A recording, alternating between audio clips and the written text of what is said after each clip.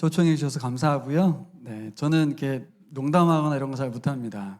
그래서 좀 이해해 주시고요. 원고 중심으로 하고요. PPT도 만들었는데 제가 그냥 넘겨달라고 했어요. 네, 제가 넘기면 정신 없어서 원고 생략되기 때문에 대충 위에서 잘 넘겨주시기 바랍니다. 그리고 제가 이제 학생용 교재를 이제 준비한 거는 PPT는 보면 잊어버리니까 남는 게 있으셔야 될 것 같아가지고 준비했습니다. 그래서 적고 싶으신 분은 적으면서 그렇게 함께 하면 좋겠습니다. 잠깐 기도하고 제가 시작하겠습니다. 사랑의 주님 감사합니다. 오늘 이 시간 청강교회 귀한 교사분들이 주께 헌신함을 다짐하며 주님께 예배를 올려드리고 있습니다. 우리 예배 가운데 함께 하신 주님, 이 시간 또한 말씀을 통해서 일하고 계신 주님, 우리 주님을 깊이 만나는 귀한 시간 되게 하여 주십시오. 감사하며 예수님 이름으로 기도합니다. 아멘. 네, 감사합니다. 자, 우리 옆 사람과 함께 첫 번째, 내가 지금 여기 이 자리에 앉아 있기까지 영향을 주신 교회학교 선생님 누가 있는지 빨리 나눠주시기 바랍니다. 자, 앞에 혼자 계신 분은 둘둘 짝 지시고, 내가 지금 이 자리에 있기까지 영향을 주신 교회학교 선생님, 네, 떠오르시는 분, 그분이 왜 나에게 영향을 준 것 같은지, 자, 빨리 나눠보시기 바랍니다.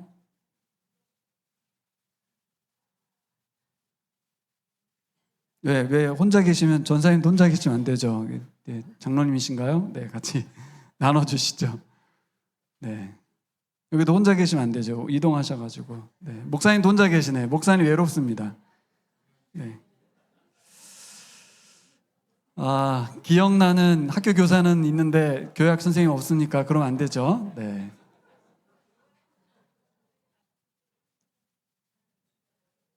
그분이 왜 기억나는지. 네.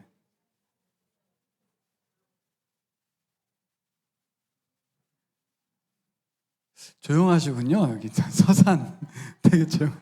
다른 교회 가면 굉장히 시끄럽게 떠드는데 되게 조용하시네요. 네. 벌써 담임 목사님을 닮아가면 안 됩니다. 네.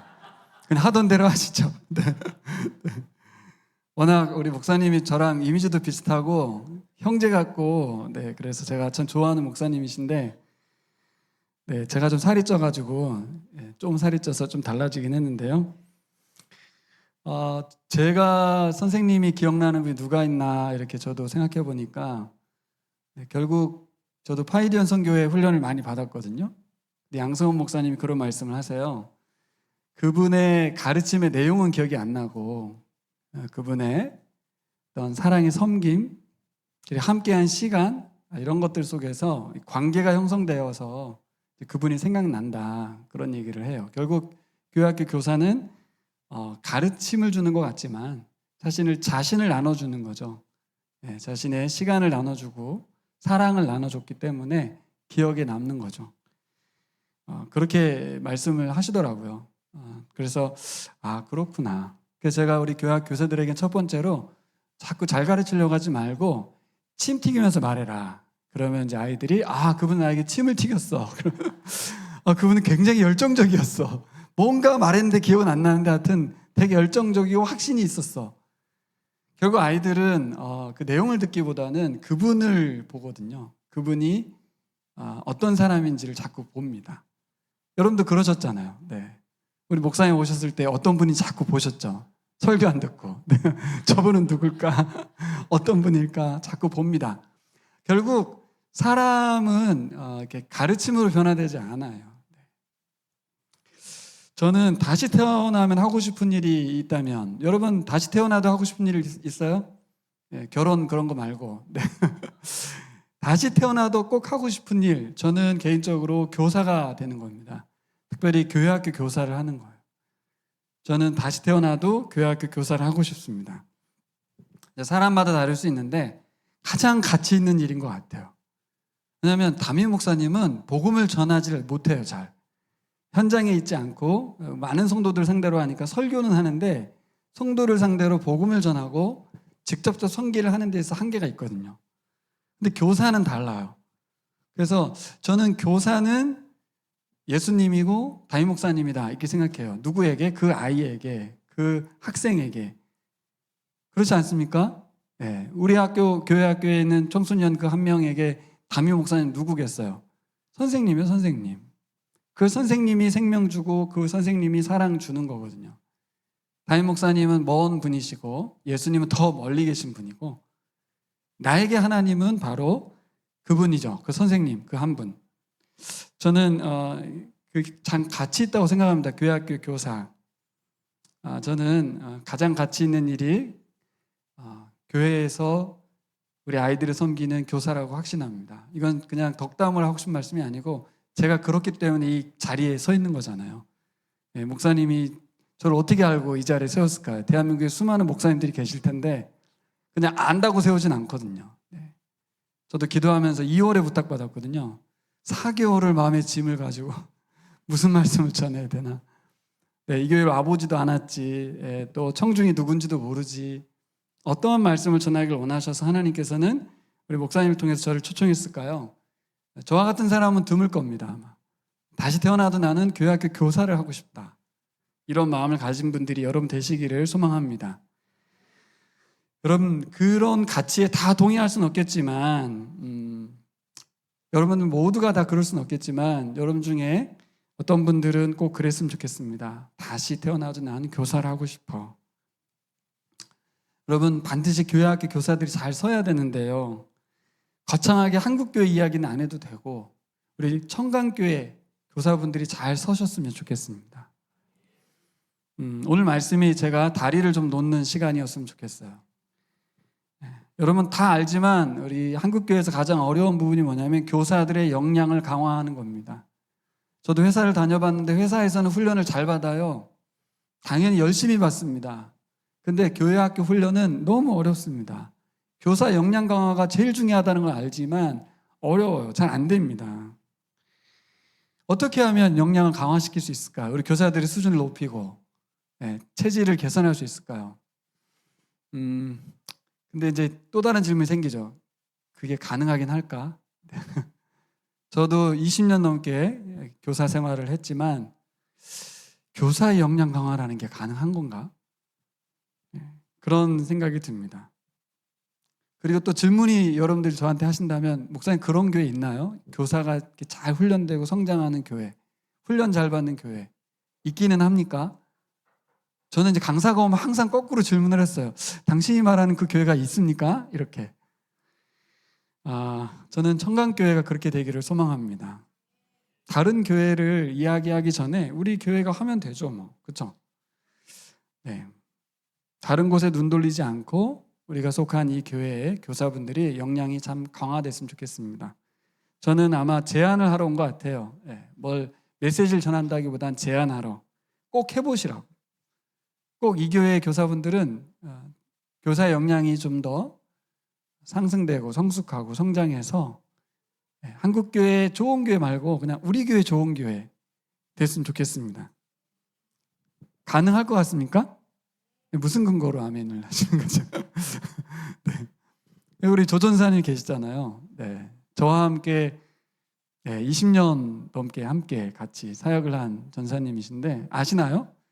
제가 추천했습니다. 그래서 네. 이 교회를 잘 모르지만 이 목사님을 알기 때문에 그 교회는 가도 된다. 그리고 가면 너무 좋을 것 같다. 어떤 측면에서 담임 목사님과 아름다운 콜라보를 하지 않을까 그런 기대감을 갖고 추천을 했고요. 또 우리 목사님도 계시잖아요.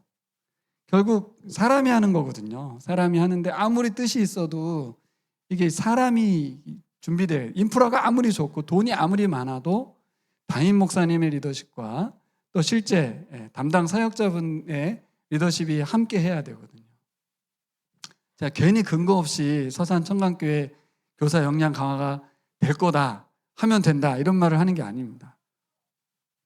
이 정도의 이렇게 리더십을 형성한 교회가 대한민국에 거의 없다고 보시면 됩니다. 목사님 어떻게 이렇게 확신합니까? 저도 나름 이렇게 단체에 소속돼서 여기저기 다녀보기도 하고 살펴보기도 하지만 어려워요.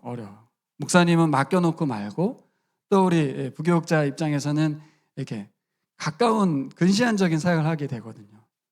근데 우리 조 전사님은 저와 함께 거의 20년 가까이 교사를 함께 했고, 제가 전도사 때, 제가 목사 때, 제가 우리 조 전사님 교회에서 파송받아 개척했는데 21년 사역했거든요. 한 교회에서. 한 교회 21년. 길죠. 그렇기 때문에 교육을 말할 수 있는 것 같아요. 교육이 얼마나 오래 걸립니까? 천천히 해야 되는 건데 이게 뭐 2년, 3년 안에 바꿀 수 있는 게 아니거든요. 교육이라는 게. 그래서 저는 그 긴 세월을 교사로 살아오고 그렇게 준비된 상황에서 이제 신대원 전사님 사역자가 되어가는 과정에 또 신뢰할 만한 담임 목사님이 준비되어 있는 이 교회는 교사분들이 복 받으신 거죠. 네. 괜히 강요당하는 거 아니시죠? 네. 네. 그래서 우리 서산 청강교회에게 제안드리고 싶은 거는 우리 교회학교 교사분들이 역량이 강화되어서 이 시골이라고 말하지만 여기 시잖아요, 그렇죠? 네, 시인데 이곳에서 남다른 교회 학교 교회 사역을 감당하시면 좋겠습니다. 여러분 아시죠? 교육은 오래 걸리는 일입니다. 제가 교육을 너무 좋아해서 방통대 교육학과에 지원을 하고 합격을 했어요. 그리고 제가 교재를 딱 폈는데 교재를 펴는 순간 제일 첫 번째 교육학 개론에서 하는 말이 뭐냐면 교육은 의도적인 것이다 이렇게 말을 해요. 뭔가 의도를 갖고 끌고 가는 게 교육이다. 지금도 기억나요. 공부 하나도 안 했고 수업도 한 번도 안 들었는데 책을 딱 펼쳤는데 써 있어요. 거기에 의도가 있는 것이다 교육은. 그러니까 의도가 있다는 말은 뭔가 방향을 갖고 있고 끌고 간다는 뜻이죠. 일반 교육도 초등학교부터 대학교까지 하면 뭐 굉장히 더 길지만 고등학교까지만 해도 12년이라는 세월을 통해서 교육을 하거든요. 근데 교회학교 교육도 길게 걸리겠죠. 그런데 우리가 너무 단기간 하려고 하는 거예요. 교회 교육도 굉장히 길게 걸린다. 그래서 여러분들에게 저는 오늘 어떤 말씀을 주고 싶냐면 멀리 보고 길게 볼 수 있는 그런 시각을 열어드리고 싶습니다. 아까도 말씀드렸지만 4개월여 마음을 품고 기도하면서 이걸 전할까 저걸 전할까. 그래서 실제로 조 전사님한테 카톡을 해서 어떤 말씀을 전해야 되나 잠깐 왔다 가는 건데 무엇이 필요할까. 오늘 제목을 뭘로 정했습니까? 나는 교사로 임명을 받았습니다. PPT 넘기셔야 되는데. 네. 나는 교사로 임명을 받았습니다. 보시다가 넘겨주실 것 같으면 넘겨주세요. 네.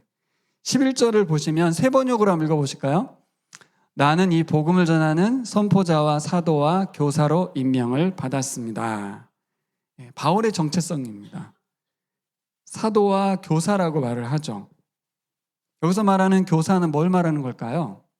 성경교사라고 볼 수 있습니다. 성경교사, 말씀교사.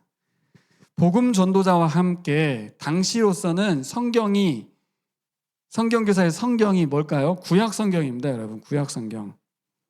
바울이 말하는 성경교사는 어떤 것일까? 디모데후서 3장 17절을 볼까요? 같이 읽어볼까요? 시작.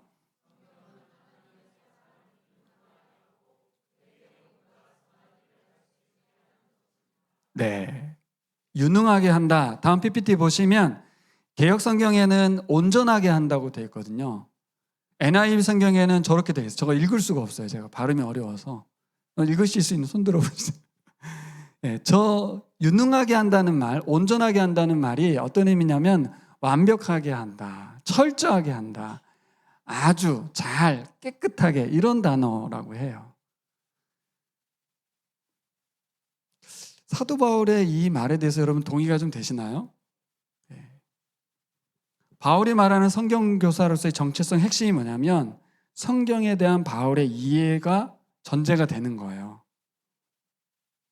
놀랍게도 제가 이걸 묵상하면서 이상하다. 다음 말씀 보시면 바울은 놀랍게도 신약 성경이 없던 시대에 구약 성경밖에 없었는데 바울이 말하는 성경은 구약 성경이거든요. 근데 뭐라고 돼요? 15절 읽어보세요. 시작. 그대는 어려서부터 성경을 알고 있습니다. 성경은 그리스도 예수를 믿는 믿음으로 말미암아 그대에게 구원에 이르는 지혜를 줄 수 있습니다. 빨간 글씨 말고 보면 성경은 구원에 이르는 지혜를 줄 수 있습니다. 그 성경 앞에 뭐가 들어가야 돼요? 구약 성경이 그렇다는 거예요. 제가 이 얘기를 왜 의문을 제기하고 갑자기 여러분들에게 말을 할까요? 우리 신약 성경에 없는 성경, 신약 성경에 구원 얘기가 나오지 않나요? 신약 성경에 예수 얘기가 나오잖아요. 구약 성경에 예수 얘기가 안 나오는데 메시아에 대한 이야기는 나오죠. 하지만 구체적으로 나와 있지 않은데 바울은 어떤 걸 확신하고 있었냐면 당시에 구약 성경밖에 없었음에도 불구하고 이 성경은 구원에 이르는 지혜를 준다. 그리고 유명한 3장 16절이 있고 제가 3장 16절을 말도 안 해요. 왜냐하면 너무 많이 들어서 이 성경은 하나님의 감동하심으로 된 것으로 교훈과 책망과 그거는 말을 안 해도 잘 아시죠? 앞뒤 문장을 잘 안 봐요. 17절에 보니까 뭐라 그래? 이 성경은 하나님의 사람을 유능하게 만든다. 퍼펙트하게 만든다. 깨끗하게 만든다. 온전하게 만든다라고 확신하고 있더라고요. 누가? 바울이. 복음서가 없던 시대에 당시 그리스도인들이 오직 구약 성경만 갖고 있었는데 구약 성경을 가지고 구원에 이를 수 있는 지혜를 얻을 수 있었다? 예수 그리스도를 믿는 믿음으로 가능하다라고 거기 써 있죠. 그리스도 예수를 믿는 믿음으로 말미암아 예수님 때문에 구약 성경도 구원에 이르는 지혜를 확실히 줄 수 있었다. 이렇게 말하고 있습니다. 여러분, 제가 이제 첫 번째로 질문 드리고 싶은 것은 여러분 교사 선생님들은 물론이고 우리 모든 성도님들이 바울처럼 여러분들도 성경이 구원에 이르는 지혜를 줄 수 있다고 믿으십니까? 성경에 대한 신뢰가 어느 정도냐가 참 중요한데 첫 번째로 우리가 사랑하는 교우 여러분들에게 말씀드리고 싶은 것은 우리가 성경에 대한 신뢰는 어느 정도인가? 성경이 구원에 이르는 지혜를 주고 사람을 하나님의 사람으로 유능하게 세우고 온갖 선한 일을 할 수 있도록 만들어준다. 그렇게 믿습니까? 성경이 그런다고 믿습니까? 시대가 변했습니다. 목사님, 요즘 애들은 외계인이에요. 문화적 접근이 필요합니다. 눈높이를 맞춰야 돼요. 저도 동의합니다. 그런데 성경에 대한 신뢰는 어떤가요? 사실 우리가 이론적으로는 동의해요. 성경에서 당연히 믿음이 오지, 성경에서 구원에 이르는 지혜가 오지, 성경이 하나님 사람 만드는 거 맞아. 그렇지만 실제 우리가 어디에 더 많은 신경을 쓰고 있나? 투자하는 시간, 신뢰도, 지수 어디에 더? 아이들의 눈높이, 문화적 프로그램, 이게 더 많을 수밖에 없어요. 현실이잖아요, 현실. 정말 성경이 사람을 변화시키는 유일한 온전한 사람 만드는 확실한 도구라는 걸 믿는다면 성경으로 가야 되는데 그게 잘 안 해요. 그럼 저는 이런 강사가 와서 이런 말을 하면 회의감이 들었어요. 현실을 모르고 하는 소리야. 그 성경을 어떻게 쉽게 또 어떻게 그들의 눈높이에 맞추냐를 연구해야죠, 목사님. 그게 되나요? 저도 20대 때 그렇게 했어요. 네. 바울처럼 우리도 교사의 정체성을 분명히 하고 성경에 대한 신뢰와 확신으로 소명을 감당하셔야 될 줄 믿습니다. 임명장 받아서 교사가 아니고 내가 예수님이 세우신 교사라는 확신, 나의 확신 그게 중요한 게 아니고 진정 내가 성경에 대한 신뢰와 확신 있는 교사인가? 그것이 더 중요합니다. 자, 그럼 우리도 어떻게 하면 바울과 같은 성경에 대한 신뢰와 확신을 가질 수 있을까? 그런 교사로 내가 임명받았습니다라고 자신 있게 말할 수 있을까? 큰바의 얼굴 아십니까? 저는 어릴 때 교과서에서 읽었던 이 큰바의 얼굴을 지금도 잊을 수가 없어요. 큰바의 얼굴 아시나요? 모르시는 분은 집에 가서 찾아보시면 좋습니다. 그 어린 나이에 큰바의 얼굴은 교과서에 읽었지만 저에게 큰 감동을 주었어요. 저 큰바의 얼굴을 계속 생각하다 결국 그는 큰바의 얼굴이 되죠. 큰바의 얼굴 사람이 됩니다. 여러분, 우리는 완성형 교사가 아니에요. 우리는 과정형 교사입니다. 완성형 교사는 오직 한 분 예수 그리스도밖에 없어요. 그러니까 여러분 좌절하시면 안 돼요. 큰바의 얼굴을 바라보듯 예수 그리스도와 또 그래도 사람 중에 가장 교사로서 멋있었던 바울, 그분들을 바라보면서 우리는 계속 닮아가는 거죠. 과정이에요. 과정. 전 그렇게 믿습니다. 결국엔 참 교사였던 예수님, 바울을 닮아가는 것. 그분들은 어떻게 구약 성경 말씀만으로도 충분한 믿음과 확신을 가졌을까? 어떻게 이렇게 디모데에게 확신 있게 말했을까? 청중들에게 어떻게 그렇게 말할 수 있었을까? 그것을 오늘 디모데에게 편지 쓴 거예요. 여러분 아시다시피 이게 로마 감옥에서 돌아가시 직전의 마지막 유언장처럼 디모데에게 준 거거든요. 가장 하고 싶었던 말이에요. 성경에 대한 가르침. 자, 그래서 문제는 내가 아무리 성경을 또 잘 알고 가르친다고 해도 또 문제는 있어요. 뭘까요? 배우는 학생들이 어떤 변화를 가져왔는가. 그게 더 중요합니다. 열심히 가르쳤어요. 근데 학생들이 변화가 안 일어나. 왜 우리가 바울과 예수님을 최고의 교사라고 얘기하죠? 구약 성경에 박학다식해서요? 아니죠. 아까 바울이 말한 그 확신 있는 말이 뭐였죠? 성경은 하나님의 사람을 온전하게 하고, 그렇죠? 모든 선한 일을 할 수 있도록 바꾼다는 거 아니에요? 그걸 해내신 분이 예수님이고 바울이잖아요. 그렇죠?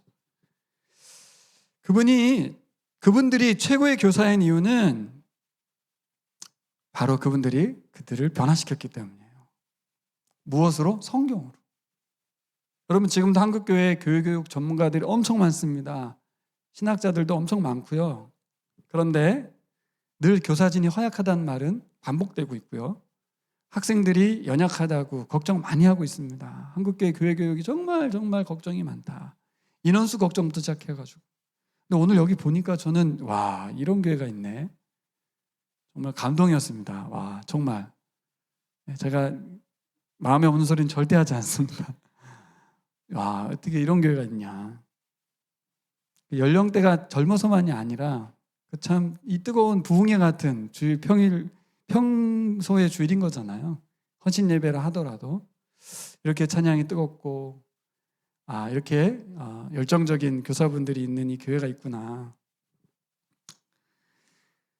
여러분 지금 이 시간에도 많은 분들이 머리를 써가지고 최첨단 기술력을 동원한 미디어를 동원하고 교재를 개발하고 그렇게 합니다. 근데 저도 나름 한 20년 이상 교사했잖아요. 그죠? 열심히 서울로 오가면서 파이디온 고급 과정도 다 밟아봤는데 교회 교육 제자리, 늘 제자리.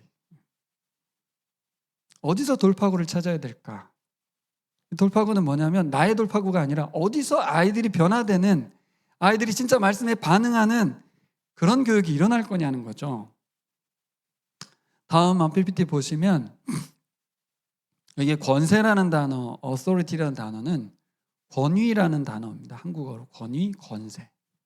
헬라어는 우시아라는 단어인데 이 권위라는 말이 여러분 잘 아시죠? 요즘 교권이 무너졌다 그러지 않습니까? 네. 교회학교 교사의 권위는 예전부터 무너져 있었습니다. 네. 우리 아이들은 학교 선생님하고 교회학교 선생님하고 스승의 날 선물의 가치가 다르잖아요. 그렇죠? 네. 스승의 날 교회학교 선생님들에게 편지를 선물 이렇게 막 신경 써서 주는 경우는 많지 않고 또 1년 지나고 나도 찾는 경우는 더 없고. 네, 그렇죠? 네, 뭐 우리 그런 거 바라진 않지만 그래도 서운하죠. 내가 학교 선생님보다 너 더 열심히 사랑했는데 근데 돌아오는 건 거의 없죠. 말은 듣습니까? 권위가 무너졌다 이렇게 말하기 전에 권위도 없어요 사실. 네. 근데 여러분 권위는 내세운다고 되나요? 권위주의가 되나요? 안 되죠. 여기 이 단어의 어원을 보면 에크는 헬라어로 뭐뭐로부터라는 뜻이고 우시아라는 단어는 본질이라는 뜻이거든요. 본질로부터 나온다 그런 뜻이에요. 이게 본질이 뭐냐? 권위의 출처인 거예요. 다음 장면 보시면 우리 사랑하는 존경하는 우리 스승 목사님이 자주 예화를 드는 장면인데 이게 나주배거든요. 드셔보셨나요? 네, 드셔보셨군요. 맛이 어떤가요? 성안배랑 비교하면? 서산배랑 비교하면? 네? 서산배가 더 맛있어요? 아니요? 네. 지역을 제가 뭐 폄하하려는 건 아니고 나주에서 나오는 배에 대한 가치는 한국이 인정하잖아요. 어떤 시원한 그 맛. 그래서 이 나주배를 한 번 딱 물으면 정말 시원한 그 맛을 기대하고 딱 먹었는데 바람들은 썩은 무 맛이 막 나는 거예요. 그럼 여러분 어떻게 합니까? 그 배를? 그래도 나주배인데 다 드셔요? 다?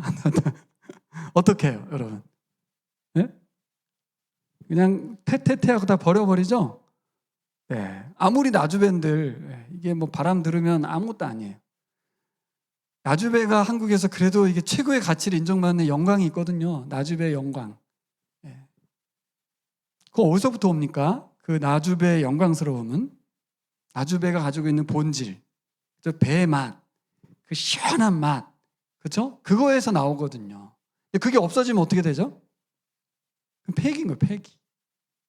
존재의 의미가 없어요. 권위는 본질에서부터 나옵니다. 우리 교사분들이 가지고 있는 권위는 어디서 나와야 되는가? 결국 나한테 나오는 게 아니고 교사가 가지고 있는 본질에서 나오는 거죠. 교사의 본질이 뭘까요? 교사의 본질. 섬김일까요? 사랑? 헌신? 예. 교제 개발? 교육 가르침? 열정? 뭘까요? 교사의 본질. 아직 PPT 넘기기 전에 한번 답을 들어봐야 되겠네. 가까이 계시니까 교사의 본질이 뭘까요? 눈치가 있는 분은 디모데후서를 보는 거죠. 제가 괜히 근거 없이 말하는 게 아닙니다. 바울의 본질이 뭐예요, 여러분? 복음이에요, 복음. 와, 박수 한번 쳐드려야 되겠다. 와, 눈치 최고다. 야, 얘들아 이걸 배워야 한단다.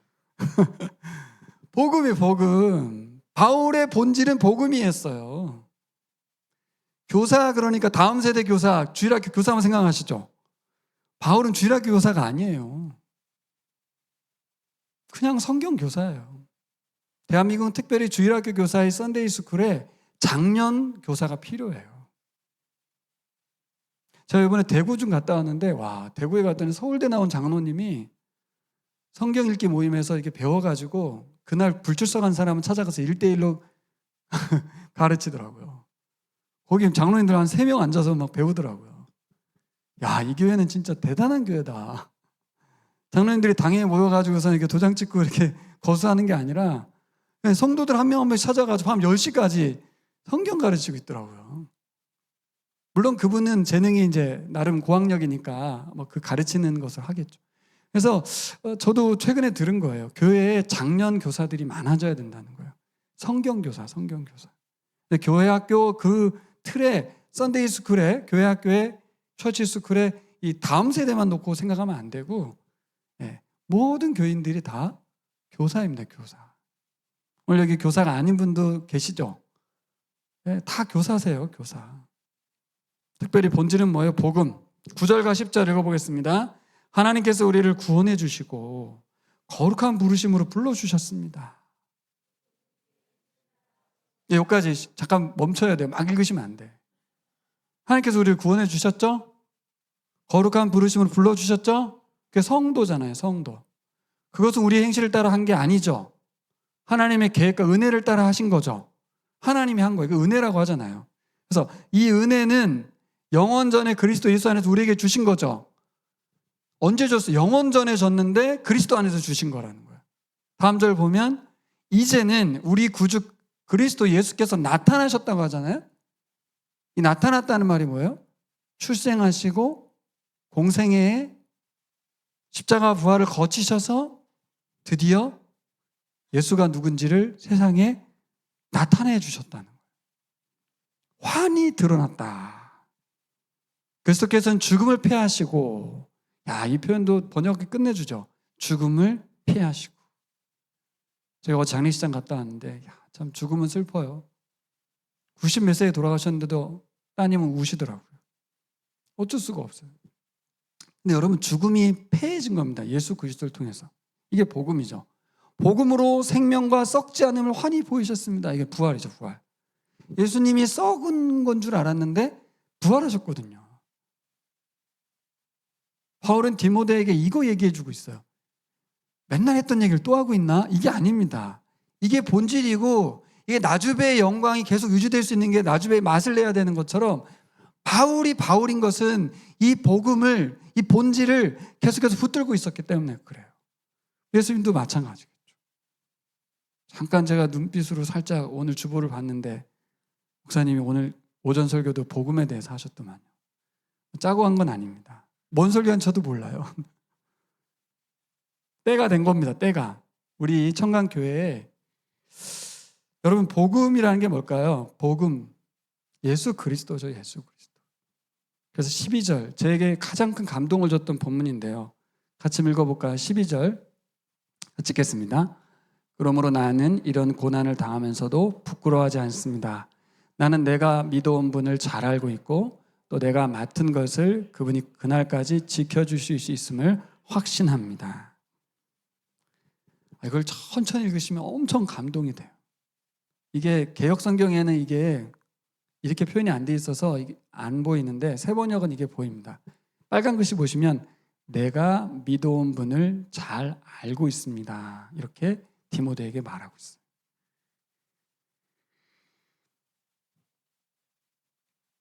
감옥에 있는 그가 디모데에게 편지를 하면서 내가 이 감옥에서 고난을 당하고 전혀 부끄럽지 않은 건 나는 내가 믿어온 그분 예수님을 잘 알고 있기 때문이라고 그렇게 말합니다. 좀 전까지 여러분 들었던 복음은 사형리에서 그리고 여러분 구원받기 위해서 전달되었던 그 복음의 어떤 메시지 속에서 복음이라는 생각을 하셨다면 바울은 복음을 예수 그리스도라고 하는 인격을 놓고 말하고 있는 거예요. 나는 그분을 알고 있다. 이렇게 말하고. 바울은 결국 디모데에게 핵심, 제자된 디모데에게 핵심 예수님을 아는 것 그거라고 말합니다. 예수님은 지금 부활하셔서 성령으로 바울의 속에 계셔서 함께하고 계시다고 말하고 있는 거죠. 다른 성경에 보면 그분이 내 곁에 서 계시다 이렇게 표현을 해요. 영화 바울 보셨습니까? 한번 보십시오. 왜 제가 자꾸 보라고 하냐면 자꾸 이 2023년에서 성경을 보려고 하니까 잘 안 되는데 바울을 보면 당시에 그의 감옥이라든가 그의 불이 없었던 어두움이라든가 또 그들이 성경 필사하는 장면 이런 것들이 그랬겠네.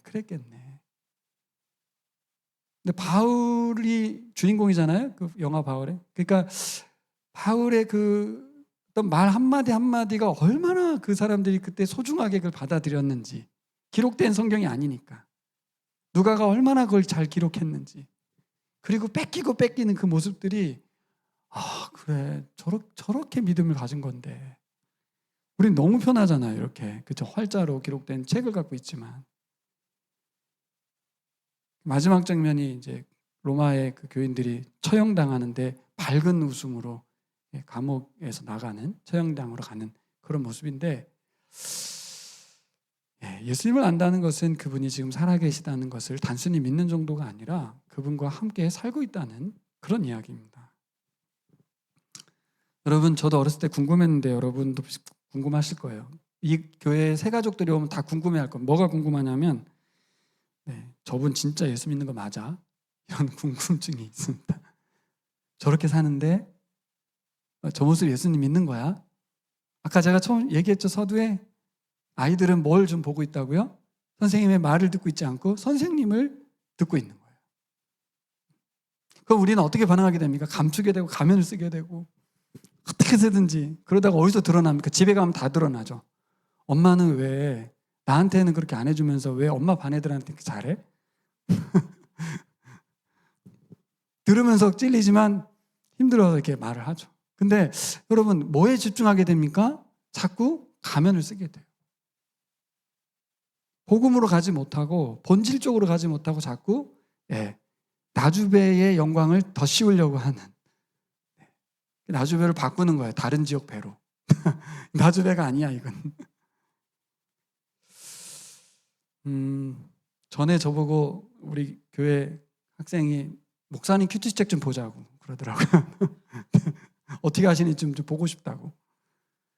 그러니까 이게 뭐 안 하는지 하는지 보고 싶다가 아니라 그거 보여주면 그대로 따라하면 될 것 같은데 자꾸 세미나 하지 말고 선생님 큐티책 좀 보여달라고 그러더라고요.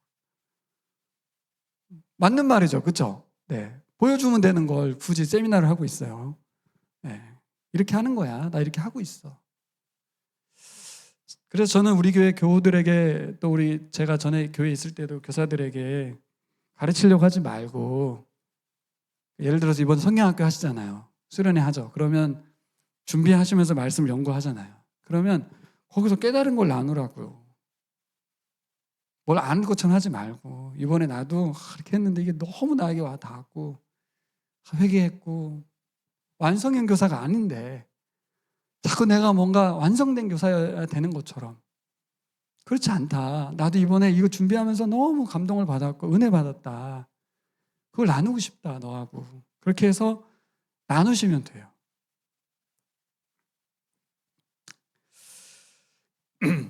결국 아이들은, 우리 교회 오는 새 가족들은 성경 교사가 전한 성경 내용으로 판단하지 않고 그분의 평소의 말과 행동을 통해서 판단을 합니다. 결국 뭐가 우리를 변화시켜요? 복음이 우리를 변화시켜요. 복음만이 사람을 변화시키는 줄 믿습니다. 한번 따라해 볼까요? 복음만이 사람을 살리고 변화시킵니다. 제가 한때 매빅이라고 하는 주일학교 프로그램을 전국을 돌아다니면서 배워서 열심히 했었는데, 하셨던 분 계세요? 서사는 안 왔습니까? 전국이 돌았는데 우리 조인환 선생님하고 엄청 열심히 했어요. 초등학교 다닐 때 제가 20대 때 제가. 근데 그 유행이 사라졌죠. 근데 저는 할 때 확신이 있었어요. 아, 이대로 해서 다음 세대에는 이렇게 바뀌겠구나. 근데 안 바뀌더라고요. 왜 그럴까요? 왜 유행이 돼버렸을까요? 본질이 없었기 때문이에요. 그 안에 예수도 없고 복음도 없고 오직 그 아이들에게 맞춰주는 것만 있었어요. 끌어모으는 것만 있었어요. 교사들의 헌신과 열정이 있었어요. 한때는 너무 듣고 좋았는데 결국 교사들이 전부 나가 떨어지는 거죠. 물론 그때 복음을 전하지 않은 건 아닙니다만, 본질이 없으면 유행이 돼버리는 거예요. 여러분들, 영향을 주고 변화를 일으키는 것은 본질입니다. 그것 때문에 사람들이 변화되고 그것을 위해서 인생을 헌신하게 됩니다. 복음이신 예수 그리스도입니다. 바울은 디모데에게 나는 내가 믿어온 분을 잘 알고 있어. 교사는 유능한 탁월한 티처가 아닙니다. 교사는 훌륭한 섬김이가 아닙니다. 교회학교 교사는 예수님을 잘 아는 사람. 옆 사람에게 말해볼까요? 교사는 예수님을 잘 아는 사람이야. 네. 여러분, 성경 내용은 연락에 전달했는데 예수님은 전달이 안 되면 아무것도 아닌 거죠. 본질이 없는 껍데기가 전달된 거예요. 그런 성경으로 하니까 유능하게 되는 게 아니에요, 사람이. 구원에 이르는 지혜가 되지도 않아요. 그래서 복음을 점검해야 되겠습니다. 여기 오셨다가 가신 이영희 목사님 기억하십니까? 침 잘 놓고 막 등치 좋으신, 일본에 이렇게 계신 분 같은 그분 있죠? 그분이 친구 목사님에게 복음을 전할 때마다 뭐라고 하는지 아십니까? 영어로 한번 보여주세요. 친구 목사님에게 이렇게 말하는 거예요. 읽어보세요. 시작. 네, 세게 말하셔야 돼요. 기분 나쁘게. 자, 시작. You must be born again. 이렇게 말해야 되는 거예요. 그러면 그 듣는 목사님들 와서 이제 양육 받거든요. 그 목사님한테 기분이 어떨까요? 기분이 어떨까요? 저기 영어가 어려우면 한국어로 바꿔주세요. 넘겨주세요. 네. 당신은 반드시 거듭나야 됩니다. 이렇게 말을 하는 거예요. 누구한테? 목사님한테. 듣는 목사님 기분이 어떨까요? 예? 기분이 어떻겠습니까? 뭐라고? 내가 이게 무슨, 이거 당연히 거듭났지. 날 무시하냐? 막 이렇게 할 것 같지 않습니까? 근데 예수님이 당대 최고의 목사님이었던 니고데모에게 요한복음 3장 You must be born again이라고 말을 했어요. 당신은 반드시 거듭나야만 합니다. 한국어 번역에는 안 나와 있어요. 3장 6절에 나와 있거든요. 6절인가 7절인가? 그때 니고데모 목사님의 반응은 뭐였냐면, 사람이 어떻게 거듭나죠? 엄마 뱃속에 들어가는 건가요? 아는 체 한 것도 아니고 전혀 기분 나빠하지도 않았고, 그 거듭남의 의미가 뭡니까? 이렇게 물었거든요. 옆 사람에게 말해주세요. 앞뒤 사람에게. 당신은 반드시 거듭나야 합니다. 시작. 네. 여러분, 교사의 첫 번째 본질은 거듭난 사람이어야 돼요. 거듭나야 됩니다. 여러분, 이 얘기 들으면 안 믿는 사람에게만 거듭나야 한다고 말할 것 같잖아요. 그 사람들만 거듭나야 될까? 아니에요. 거듭나지 않은 교사가 엄청 많아요. 왜 목사님들에게 그렇게 말해요? 거듭나지 않은 목사가 너무 많은 거예요. 거듭남이 뭘로 들립니까? 이 거듭남의 진정한 의미를 이제 우리 이성환 목사님과 조이남 전사님이 알려주실 거예요. 전 여기까지만 하고 가는 거예요. 물어보셔야 돼요. 거듭남이 뭐예요, 목사님? 아무리 가르쳐도 못 알아들어요. 어떻게 들리냐면 변화되지 않았다. 하나님 사람이 안 된 거다. 그게 무슨 말이지? 거듭난다는 게 뭘까? 여러분, 교사들에게 필요한 건 복음이에요. 불신자가 아니고 새신자가 아니고 교사들에게 필요한 게 복음이에요. 왜요? 제가 근거 없이 말하는 게 아니에요. 디모데한테 마지막 죽기 전에 하고 싶은 말이 뭐였는데요? 복음, 본질, 예수 그리스도가 나와 함께 하고 있고 그분이 너와 함께 할 거야. 여러분, 이제 담임 목사님하고 조준사님 통해서 거듭남에 대해서 들으시면 됩니다. 그래서 교사분들이 역량 강화의 가장 중요하고도 가장 핵심적인 이 거듭남의 의미, 복음에 대한 부분을 분명하게 가지셔야 되고 또 회심하셔야 되고 일어서셔야 돼요. 그래야 이 교회가 한국 교회 운운할 이유도 없고 다른 교회 생각할 이유도 없고 여기에서 복음이 일하실 것을 믿습니다. 네. 두 번째 교사의 원리는 이제 그리스도를 아는 걸 넘어서 그분과 교제하는 건데요. 교사의 본질 두 번째는 뭐예요? 예수님과 함께 사는 거예요. 11절에 보면 바울이 예수님을 안다고 한 말 다음에 빨간 글씨 다시 볼까요? 또 내가부터 시작. 또 내가 맡은 것을 그분이 그날까지 지켜주실 수 있음을 확신합니다. 이 말이 무슨 말입니까? 그분이 그날까지 지켜줄 수 있음을 확신합니다. 알아서 해주신다는 말인가요? 아니죠. 갈라디아서 2장 20절이 떠오르지 않습니까? 이제 내가 육체 가운데 사는 것은 그리스도를 믿는 믿음 안에서 사는 것이다. 다른 말로 하면 믿음 안에 산다는 다른 말은 예수님과 함께 산다. 그런 뜻이에요. 바울은 예수님과 함께 살았습니다. 복음이라는 게 뭐냐면 복음이 이 땅에 예수님이 오셨다는 게 복음이죠. 부활하셨다는 게 복음이죠. 십자가에서 우리를 구원하셨다는 게 복음이죠. 진정한 복음은 예수님 우리와 함께 산다가 복음이에요. 임마누엘. 여러분, 기독교는 종교가 아닙니다. 예수님의 가르침을 잘 따르는 것, 그게 아닙니다, 여러분. 저도 그건 줄 알았어요. 20대 때. 열심히 그 예수님의 가르침을 배워야 했고 그 성경 말씀 알아야 됐고 그대로 살아야 한다고 생각했어요. 학창시절에, 청년시절까지 계속 그랬습니다. 그러면서 교회학교 교사도 했고 그랬어요. 다 틀린 거죠. 다 틀렸어요. 결국 종교 생활을 강요한 거예요. 자꾸 아이들에게. 종교 생활 열심히 해야지. 주일 안 빠져야지. 성경 읽어야지. 기도해야지. 예수님은 없고 예수님과 함께 살아가는 삶은 없고 모두 다 뭐예요? 교회 열심히 출석. 마음은 콩밭에 있는 거예요. 그렇게 해서 하나님께 기쁨이 되면 하나님께서 우리의 기도를 들어주시고 복 주실 거라는 믿음, 그거는 주님이 권하는 믿음은 아니었고 변질된 복음이 가져온 믿음이죠. 여러분, 우리는 성경 교사이지만 그 말씀에 대한 내용을 가르치는 것보다도 예수님과 함께 살아가는 것을 가르치는 겁니다. 함께 살아가는 삶을 같이 살아가는 거예요. 그러니까 어떻게 보면 가르침이 아니라 예수님과 함께 같이 살아가는 삶에 그 아이들을 초대하는 거예요.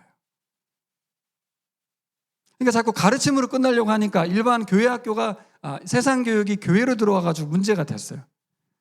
이게 학년 제도도 문제고 다 이 교회 안에 들어가는 교육 시스템 자체가 세상 교육이 들어온 거거든요.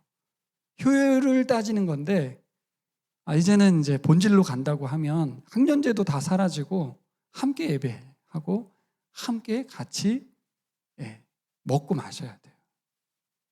이건 뭐 본질을 회복하기 위한 교회들이 많이 노력하는 부분인데 처음엔 어렵죠. 어렵습니다. 그리고 분리되면 편하죠. 맨날 같이 붙어 있다가 주일날 예배 시간에도 붙어 있어야 된다. 쉽지 않죠, 우리 아이들과. 하지만 자꾸 교육을 하려고 해서 그래요. 교육이 아니라 뭐라고요? 같이 사는 거라고. 근데 이 세상과 다른 교육에 대해서 모르고 우린 자꾸 앉혀놓고 책상에서 글쓰기를 만들려고 하는 그 교육에 갇혀 있다는 것이죠. 여러분, 많은 학생들과 교인들이 종교 생활을 하고 있습니다. 예수님의 사랑의 가르침, 성경의 본을 따라 살아가야 한다라고 훈련을 받는 거예요. 그것은 복음이 아닙니다. 그래서 오늘 두 번째로 본질을 말씀드린 대로 이것도 이제 해나가야 돼요. 그래서 제가 한 번 초청하는 걸 싫어합니다. 그럼 두 번 초청해달라는 얘기냐? 아니죠. 그럴 필요가 뭐가 있겠습니까? 여기 조전사님도 계시고 목사님 계신데 저는 어떻게 보면 시작처럼 이렇게 불단기로 온 것 같아요. 이제 두 분이 합력해서 우리 교회학교 교사는 물론 이 교회 전체가 바울과 같은 예수 그리스도와 함께 사는 사람, 예수 그리스도를 아는 사람, 그런 사람들이 많아지는 교회, 그런 교회. 결국 우리 다음 세대는 그 행복함 속에 그죠? 예수 그리스도를 알아가고 예수 그리스도와 함께 살아가게 될 줄 믿습니다. 말씀을 정리해 보겠습니다. 제가 좌우명처럼 개척을 나오면서 개척한 지 4년 됐거든요. 2019년 5월에 파송되고 7월에 개척을 했는데요. 우리 나오기 전에 우리 목사님께서 저에게 계속해서 주셨던 질문이 있어요. 그것은 우리 나오면서 교우들하고 나눴었고 마지막으로 우리 성관계 교사분들에게도 나누고 싶은 두 가지 질문이 있습니다. 교사라면 평생 해야 될, 그 교인이라면 평생 해야 될 질문.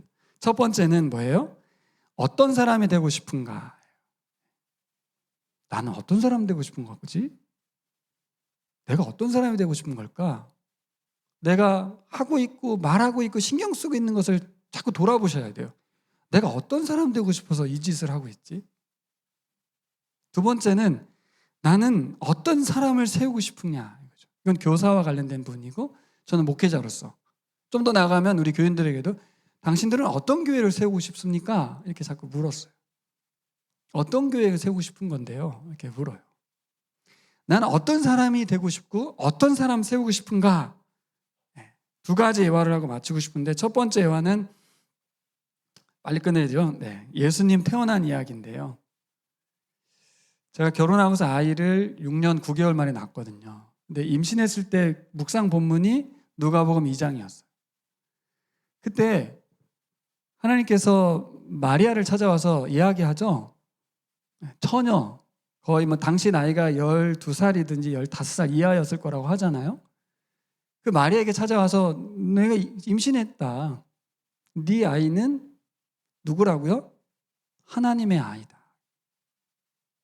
듣는 순간 완전히 멘붕이 오는 소식이었어요. 여기 아가씨 계십니까? 그 소식을 여러분이 들으시면 어떻게 반응하시겠습니까? 근데요, 남편 되는 사람 요셉에게도 천사가 찾아와서 수용하라고 하죠. 수용하라고. 그리고 사회적 지탄을 다 받으면서까지 자신의 자녀인 걸로 그렇게 받아들이라고 요청을 했습니다. 천사가. 중요한 거는 임신할 때까지는 그나마 좀 버틸 수 있는데 태어난 이후에 그 아이에게 어떻게 해야 되는 거예요? 내 아이도 아니고 누구의 아이인지도 모르는데 하나님 아이라고 믿고 양육해야 되잖아요. 그러니까 아이를 낳아보니까 현실인 거예요. 현실. 와, 이게 이런 거구나. 근데 그 아이는 내 아이가 아니에요. 특별히 신의 아이예요. 신의 아이. 부모의 사명은 뭔지 아십니까? 그 아이에게 뭘 알려줘야 되냐면 너는 내 아이가 아니야. 너의 아버지는 하나님이셔. 너는 성령으로 잉태했어. 이걸 우리 아이들한테 알려주면 뭐라고 할 것 같습니까? 신고할 거야, 아마 신고, 그죠? 아동학대에 해당됩니다, 이건. 와, 이게 현실적으로 너무 어려운 이야기. 근데 사실이잖아요. 내 아이가 아니에요. 우리의 사랑의 결정체도 아니고 이 아이는 하나님이 보내신 아이. 그때 제가 깨달았죠. 아, 이 세상에 태어나는 모든 아이는 하나님의 아이구나. 여러분들이 자녀를 낳을 때 어떻게 낳으셨어요? 계획하셨어요? 네, 어떻게 이렇게 키도 몸무게도 다 계획이 되시던가요? 얼굴 어떻게 생기고 다. 부모가 하는 일이 뭐가 있습니까? 자녀를 위해서. 하나도 없어요. 하나도. 한 게 하나도 없어요. 그냥 그 메커니즘이죠. 하나님 만들어 놓으신 생育법칙에 대한 메커니즘이 작동됐을 뿐입니다. 마리아도 똑같았어요. 네, 그 아이에게 생긴 그 아이를 낳은 거죠. 그때 알았습니다. 아, 근데 더 놀라운 거 알려드릴까요? 여러분들이 낳은 아기만 하나님의 아이가 아니고 여러분이 하나님의 아이예요. 이걸 부모들이 잊어버려요. 자신이 하나님의 자녀라는, 하나님의 아이라는 걸 몰라. 왜 모를까요? 우리 부모가 안 알려줬어요. 그동안 수없이 들으셨죠? 하나님 자녀란 얘기. 세상의 생명은 그냥 올 수 없습니다. 하나님이 보내시는 거예요. 나도 하나님이 보내신 생명이고 나도 하나님의 자녀인데 결국 문제는 어디서부터 생겼냐면 내가 하나님 자녀로 사는 것을 잃어버리고 내가 하나님 자녀의 정체성을 잃어버리고 우리 아이도 하나님 자녀로 보이지도 않고 가정에서부터 아무리 교사가 우리 아이들을 하나님 자녀로 보려고 해도 내 자녀가 하나님 자녀로 보이지 않고 나도 하나님 자녀로 살지 않고 있는 이상 아무것도 아닙니다. 이거. 두 번째 12살의 예수님 모습은 더 놀라운데요. 예수님 12살에 길을 잃었잖아요. 아니죠. 길을 잃은 게 아니라 부모님이 길을 잃었죠. 부모님이 가다가 아이를 잃어버린 거예요. 그래서 돌아왔더니 어디 있어요? 3일 만에 돌아왔더니 성전에서 율법사들과 막 논쟁하고 있는 거예요. 논쟁이라는 표현보다는 대화하고 계셨죠. 말씀을 듣고 질문하고 있었다 그렇게 돼 있어요. 그때 한국어 번역은 예의 바르게 번역을 했지만 사실 우리 한국 부모님 같았으면 엄청 꾸짖는 말이었을. 얘야, 우리가 얼마나 걱정인 줄 아느냐 이렇게 돼 있습니다. 근데 아주 예의 없는 예수님 뭐라고 말했습니까? 내가 아버지 집에 있어야 할 줄을 모르셨나이까? 이렇게 말을 하죠. 그래서 예수님 이렇게 예의가 없을 수 있냐?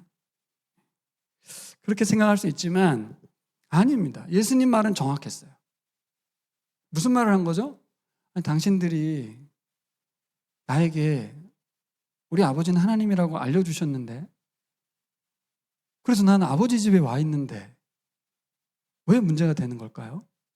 이렇게 말을 한 거예요. 이 얘기를 듣는 우리 새로운 교회 있을 때 우리 학생들이 엄마한테 엄마 나의 아빠는 하나님이셔.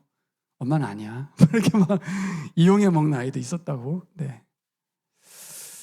그래, 맞아. 부모님은 통로죠. 그가 하나님의 자녀라는 걸 알려줘야 될 의무가 있습니다. 그리고 하나님 자녀로 살아간다는 게 뭔지 보여줄 의무가 있어요. 자, 아까 제가 질문 드렸던 거, 내가 어떤 사람이 되길 원하는가, 어떤 사람으로 살고 싶은가 이게 답이에요. 여러분 어떤 사람이 되고 싶으세요? 하나님의 자녀가 되는 거예요. 된다는 얘기는 안 됐다는 얘기가 아니라 자녀로 산다는 거죠. 어떤 사람 세우고 싶으세요? 하나님의 자녀로 세워야 됩니다. 이 땅에 하나님이 하나님 뜻에 의해서 목적이 있어서 보낸 그 아이를 하나님의 아이로 드리고 하나님께서 그와 만나주시고 하나님의 사람으로 정체성이 우뚝 서서 이 땅에 온 목적을 이뤄가도록 세워야 돼요. 저 오전에 예레미야 1장 설교하고 왔는데 태에 생기기 전에 너를 알았다.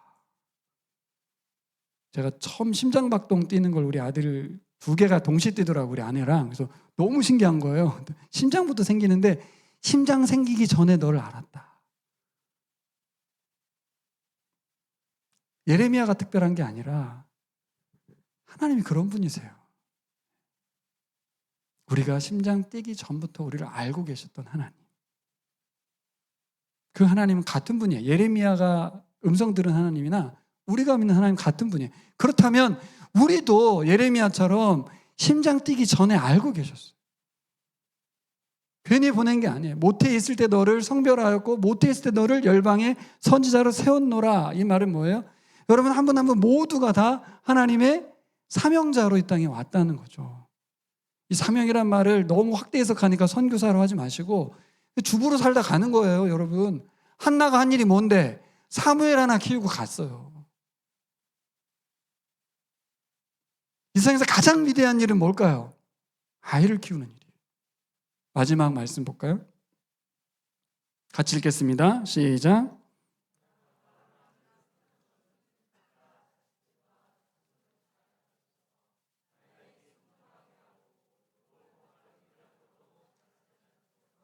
네, 이 빨간 글씨, 이 새 번역이 참 중요한데요. 이 번역을 개역개정으로 보면 잘 드러나지 않는데 새 번역은 여러분 믿음의 조상 아브라함에게 하나님 맡긴 일은 딱 한 가지였어요. 저거. 자식들과 자손을 잘 가르쳐서 가르친다는 게 뭐예요? 하나님을 알려주라는 얘기죠. 나에게 순종하고 하나님께 순종하고 옳고 바른 일을 분별해서 가르치라. 그거 하는 거예요. 여러분 세상에서 가장 위대한 일은 자녀를 잘 양육하는 겁니다. 누구로? 하나님의 자녀로. 맡겨주신 아이를 하나님의 사람으로. 그러려면 핵심이 뭘까요? 이 고리를 끊어야 돼요. 우리 부모님이 나에게 너는 하나님의 자녀라는 걸 안 알려줬거든요. 저는 복음으로 알았고 뒤늦게 깨달았어요. 이 선을 이제 끊어야 돼요. 우연히 생긴 존재도 아니고 그냥 왔다 가는 존재가 아니며 하나님의 뜻과 목적에 의해서 온 존재며 나는 너의 육신으로서의 부모지만 너의 아버지는 하나님이셔. 우리가 어렸을 때부터 계속 말해주고 있습니다. 그리고 화를 내고 매를 댄 적도 있지만 그럴 때마다 주님의 아이에게 손 댄 거에 대해서 제가 죄송한데 지혜를 달라고 기도하고 결국 그 아이가 이성이 되는 순간부터는 나를 떠나는 거 아니겠습니까? 그때부터는 그는 하나님의 사람으로 스스로 가야 돼요. 그 전까지 우리는 그들을 맡아서 아브라함처럼 저 사명을 감당하는 것입니다. 그래서 교회학교 교사는 이제 믿는 부모의 자녀들이 교회에 많이 넘치고 있잖아요. 안 믿는 부모의 자녀는 거의 없는 시대가 됐잖아요. 그러니까 한국교회가 많이 바뀌었거든요. 그러면 안 믿는 부모의 자녀가 없다 이렇게만 말할 문제가 아니라 우리 아이를 믿음의 자녀로 양육하는 것이 1번입니다. 그리고 전도하는 거. 너무 불신자들을 막 전도하는 것에만 열을 것이 아니라 나와 우리 자녀가 하나님 자녀로 사는 것 그걸 생각했으면 좋겠고요. 그래서 어떤 대답이 돌아왔으면 좋겠냐면 12살의 예수님처럼 어머니 제가 하나님의 자녀라는 걸 잊으셨나이까? 이렇게 말을 하는 그 아이를 보면서 눈물을 흘리면서 아 그래 너는 하나님의 자녀인데 내가 자꾸 까먹었어. 그냥 내 새끼인 줄로만 알았어. 그리고 성전에 가서 기도하면 제가 아버지 집에 있을 줄 모르셨나이까? 이 소리 나오면 얼마나 감사합니까? 물론 이 건물이 아버지 집은 아니지만 그렇게 스스로 깨어나고 말씀을 읽고 하나님을 알아가는 아이로 만들어가는 것 그것도 과정 속에 있다는 것 그리고 친아버지 되신 하나님께서 우리를 양육해 가실 거라는 믿음 지금 우리들을 이렇게까지 양육해 오신 것처럼 가지셔야 될 줄 믿습니다. 네, 여러분 하나님의 자녀 맞습니까? 네, 앞으로 여러분들의 내가 어떤 사람이 되고 싶은가? 난 하나님의 자녀가 되고 싶다. 자녀로 살고 싶다. 네, 서자가 아니고 우리 교회학교 아이들 어떤 사람 만들고 싶어요? 하나님의 자녀로 살아가게 하고 싶다. 기도하겠습니다.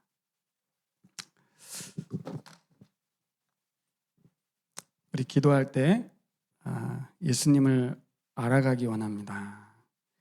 알기 원합니다. 우리 아이들에게 나는 내가 믿는 예수님을 알고 있어. 이렇게 말해줄 수 있는 교사이기 원합니다. 두 번째, 나는 교사로서 예수님과 함께 사는 사람, 관계하는 삶. 종교인, 기독교인 아니라 하나님 자녀로 살아가길 원합니다. 우리의 자녀들을 하나님 자녀로 세우는 데 초점을 두기 원합니다. 아버지께서 당신의 자녀들을 친히 양육해 주십시오 라고 맡기는 우리가 되길 원합니다. 기도하겠습니다.